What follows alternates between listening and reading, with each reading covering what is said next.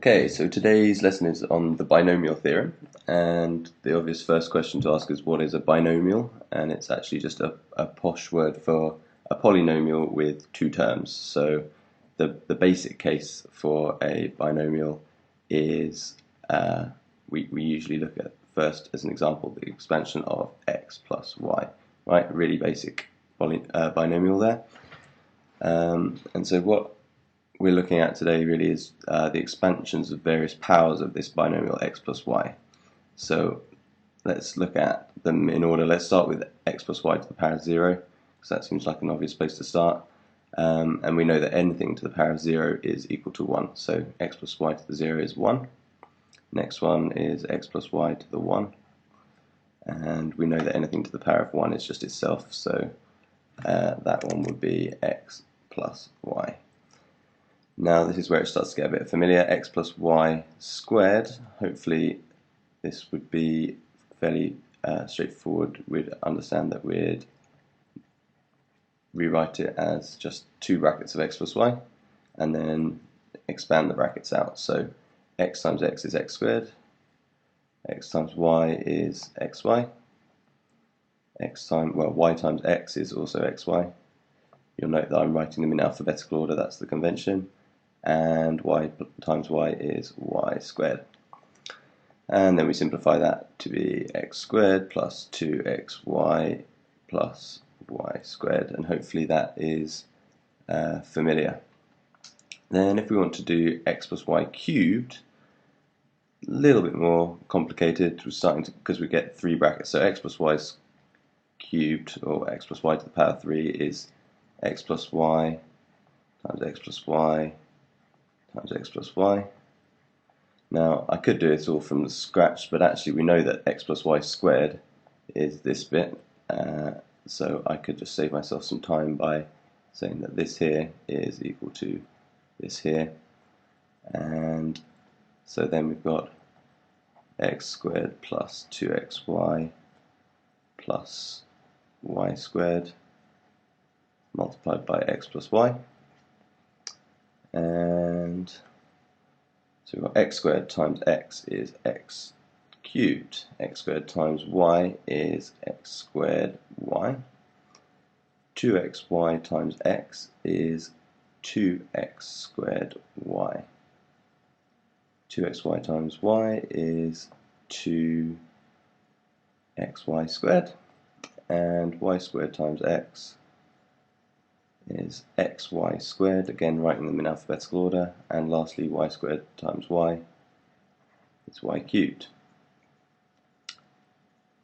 And then we collect like terms, so we've got x cubed plus x squared y, we've got these two terms of that here, so we've got 3x squared y altogether, and similarly we've got 3xy squared and y cubed. And that's our expansion of x plus y to the 3. Let's do the same for x plus y to the power 4 then. So we've got x plus y to the power 4 is equal to x plus y to the power 3 times another x plus y. Oops, let's write that properly. X plus y. And so we've got what we had before. This was x plus y to the power 3, so we've got x cubed plus 3x squared y plus 3xy squared plus y cubed multiplied by x plus y again. And so that is x to the 4, x cubed times x plus x cubed times y is x cubed y plus 3x squared y times x is 3x cubed y plus 3x squared y squared when we multiply 3x squared y times y plus 3xy squared times x is 3x squared y squared. 3xy squared times y is 3xy cubed, and then we've got y cubed times x is xy cubed, and lastly y to the 4 is y cubed times y. And then again we're going to collect like terms. So what have we got? We've got x to the 4th plus 4 lots of x cubed y plus, here we've got 6 lots of x squared y squared plus 4xy cubed and plus y to the 4. So that's our expansion of x plus y to the 4. A couple of things that we would want to notice about these things. So firstly, the expansion, the number of terms in the expansion is always one more than the power, the degree of the expansion. So if I've got x plus y squared, I have 1, 2, 3 terms in the final solution. X plus y to the 4th power is 1, 2, 3, 4, 5 terms in the final solution. So always one more than the power. Another thing to notice is that I've carefully written them in order each time so that it's in a nice logical order. So we've got the x to the 3, then this is the term containing x to the 2, x to the 1, x to the 0, and that's the same in each case. So as the x powers descend, the y powers increase. So here we've got x4, x to the 3, x to the 2, x to the 1, x to the 0, and y to the 0, y to the 1, y to the 2, y to the 3, y to the 4 in a very neat logical order, which makes it much easier to understand what's going on. Okay, but this is quite a long, laborious process, right? But hopefully you can see that actually each time, as I said, we've got a pattern going on with the x, y terms, and actually the only bit that changes each time is the coefficient. So we can say, I'm not going to do, let's do x plus y to the 5, but let's not faff around with expanding out everything. Let's just say, okay, well, we know that the top term is going to be an x to the 5 term. Then we're going to have some number of x to the 4y, and then some number of x to the 3y squared, plus some number of x to the 2y to the 3, plus some number of x y to the 4, and plus some number of y to the 5s. And all we've got to do to be able to work out this expansion is somehow know what numbers go in these gaps here. So what numbers are going to be here.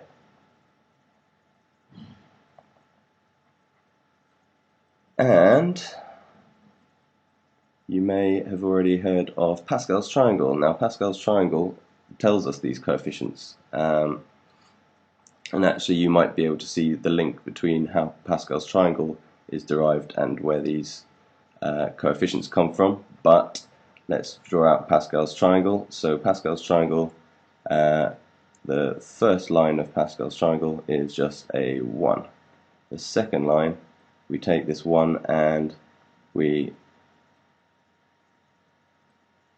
sort of say that 1 is 1 and 1 is 1. We're drawing an isosceles triangle downwards from each term.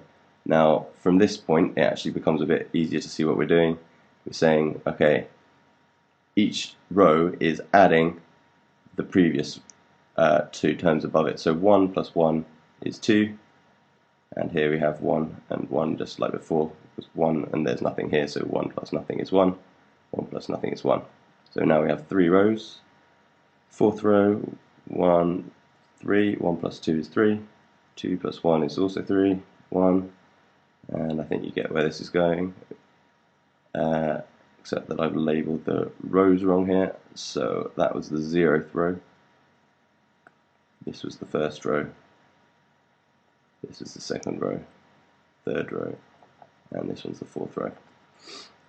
So 1, 1 plus 3, 4, 6, 4, 1, and hopefully you can see how these relate to the coefficients. So for the fourth row, the coefficients are 1, 4, 6, 4, 1. Here we've got fourth row, 1, 4, 6, 4, 1. Okay, I'm going to carry this on to the 5, 6, and maybe 7th row. So we've got 1, 5, 10, 10, 5, 1, 1, 6, 15, 20, 15, 6, 1, and 1, 7, 21, 35, 35, 21, 7, 1. So using that Pascal's triangle here, let's write Pascal triangle. We can use that to suggest that probably for our x plus y to the power 5 expansion, we're going to take this row, the 5th row, and say the coefficients will be 1 here, so let's not even bother writing it, 5 here, 10 here, 10 here, and 5 and 1. And so we have our expansion of x plus y to the power 5 without doing nearly as much work as it would have been to actually expand it out like we did with the 4th power here. Okay, so now let's use Pascal's triangle and the binomial expansion to actually answer a question. And I've got a question here that says, use Pascal's triangle to expand 2k minus 3 all to the power 5. So that's a little bit like what we did before, but actually we've just got to be a bit careful because now we're asked to do 2k take away 3 rather than x plus y. But if we write 2k minus 3 to the 5, well, before we did x plus y to the 5. So we can see that actually that's just the same, but where 2k is equal to what we had as x before, and our y would be negative 3. So let's write out what we think we should get. So we're going to get an x to the power 5 term, but that's actually going to be 2k to the power 5 now. And then we're going to get plus 2k to the power of 4, which was like our x to the power of 4 term, times negative 3, which was our y term before.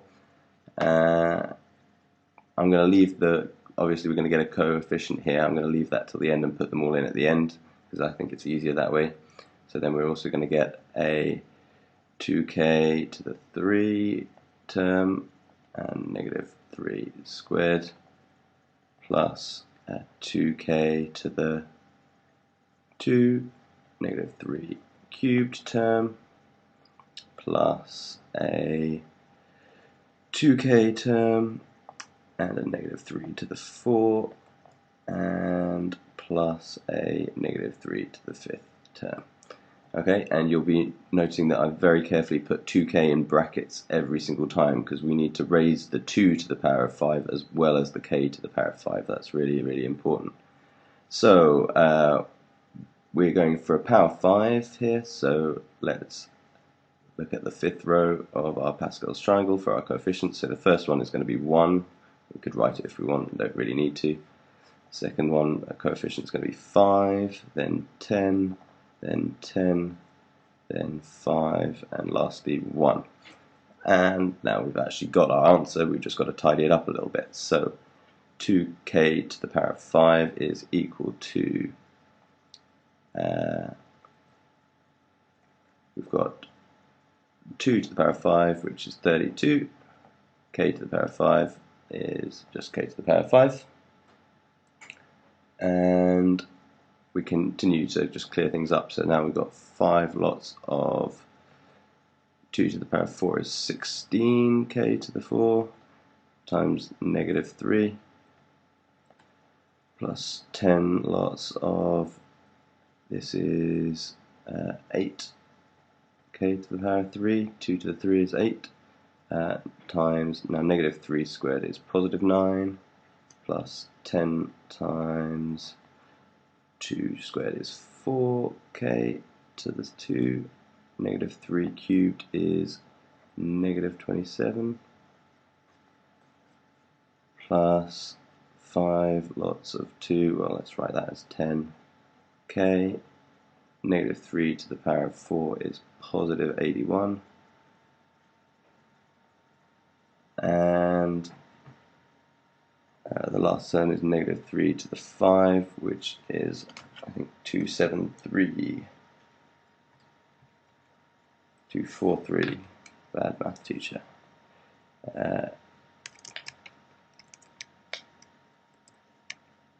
2, 4, 3, and of course, as it's negative, it's negative 2, 4, 3.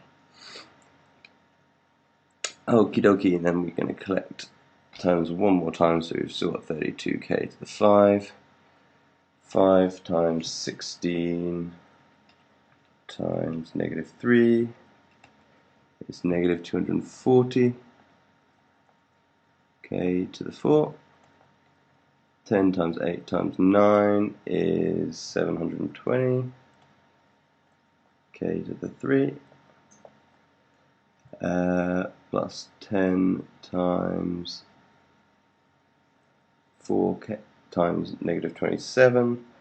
10 times 4 times negative 27 is negative 1080k, and then we had our takeaway. 81 times 10 is 810k. Sorry, but that was a plus, right? Plus 10 times 81 is 810k, and then takeaway 243. And we've done our expansion of 2k minus 3 to the power 5.